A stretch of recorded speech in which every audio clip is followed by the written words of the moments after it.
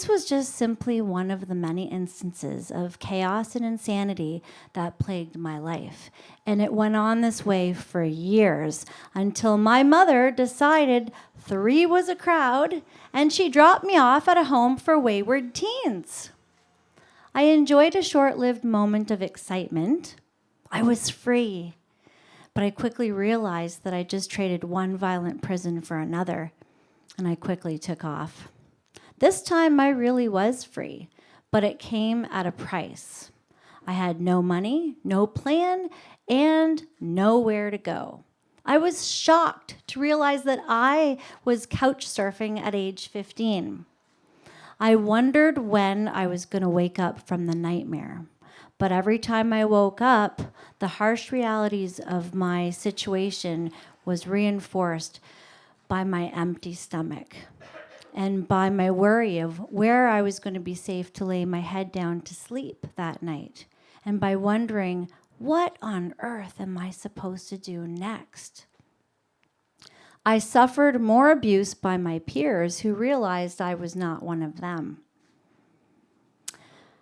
Word spread quickly of the lost girl without a home, and this began a cycle of bullying and rumors that left me bruised, bloody, anxious, and full of despair.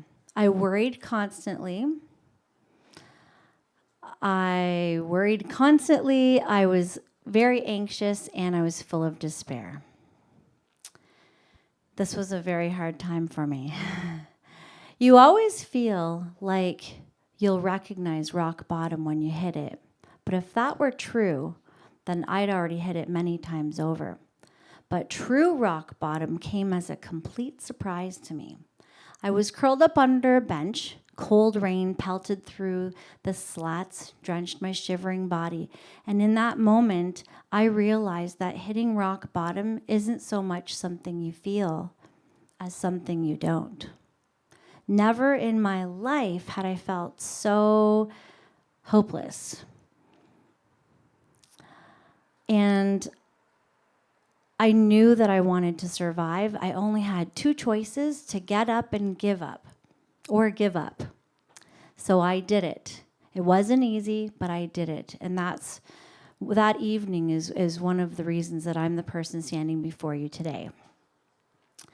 So, my journey to tap into my own personal resources began at a very young age, and I always surprised myself and others with how I could always do more with less. That was the key to my success. When I talk about resourcefulness, I'm not talking about resources. I was not privy to lots of resources once I left home. I may have been living paycheck to paycheck, but I did so while holding on with a strict and unwavering faith that things were going to work out for me as long as I continued to try and never give up. My next discovery began when I became pregnant.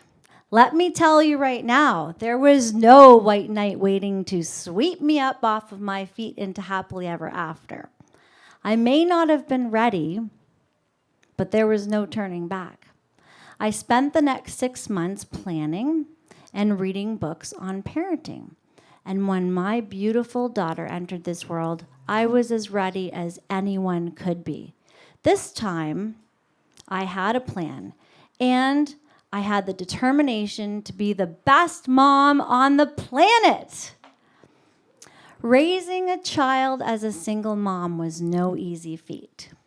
The year that followed was all about living below the poverty level, colic, fevers, but there was also joy, excitement, and a kind of love I never imagined possible. And when my daughter took her first steps, I was overcome with a feeling of hope. And this time, it was hope times 2. Sometimes there are events that bring your life into focus. People refer to them as rock bottom moments, aha moments, or of spiritual awakening. No matter the label, these are the moments in your life when you find a deep realization of your purpose. Mine came to me shortly after I'd finally felt like I'd found some level of homeostasis in my life. When my daughter turned 4, my mother called. I have cancer. My mother was diagnosed with stage 4 lung cancer and had less than 3 months to live. Talk about the blow to your gut that you absolutely didn't expect to receive.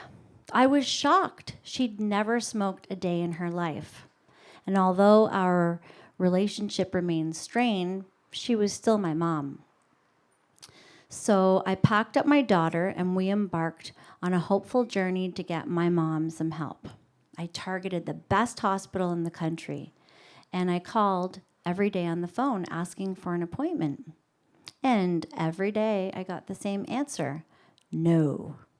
I could have given up, but instead I clung to hope, and I continued calling every day asking for the same lady on the phone. And finally one day she snapped. She said, "Why do you keep calling?" And I replied, "She's my mother. What would you do if she were yours?" There was a long pause on the phone, overwhelming silence, and then came the words, "Have your mother here tomorrow morning." I felt like I'd won the lottery. "Pack your bags, Mom." I found her on the love seat, curled up like a small, helpless child. When I gave her the news, she reached out and hugged me. And just like that, our ugly past became unimportant. All that mattered was today and whatever time we had left. 5 years later, she died in my arms, but not 3 months, 5 years. A lot of healing can happen in 5 years. We chose forgiveness, and in so doing, we became free of a past that had suffocated us both for too long. Life is a gift, not a given. It had taken death's brutal knock on the door to bring the two of us together. But in the end, we both found peace. Forgiveness is not about excusing what someone did, but rather an opportunity to release anger and move closer to love and being loved. The moment I decided to forgive my mother and become her advocate, the pain and resentment was suddenly gone. I could sit up here on the stage and write a list of challenges that I've been dealing with from 9 years old until today. We could all write these long lists of how we've been wronged or hurt or abused. But that's not important right now. We just have to love one another, forgive one another, and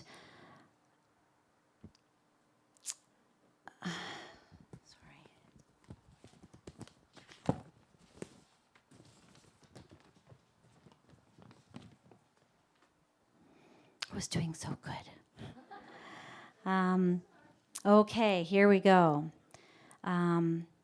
Realizing the weight lifted from me after forgiving my mother and taking the time to review the experiences that led me to that moment helped me and gave me another deep realization of my purpose. I was living proof that people, with all the odds stacked against them, can go from zero to fierce. I stand before you today in the hopes of empowering you to begin to notice how the tough times shaped you. I want you to see how your resilience kept you going, how your resourcefulness sustained you, and how your self-realization led you to discover profound breakthroughs in your own life. I'd like to leave you with one final thought. Forgiveness is the single most empowering decision you can make to heal your heart, your mindset, and to decide that your cup, while it may be empty right this moment, is always refillable. Thank you.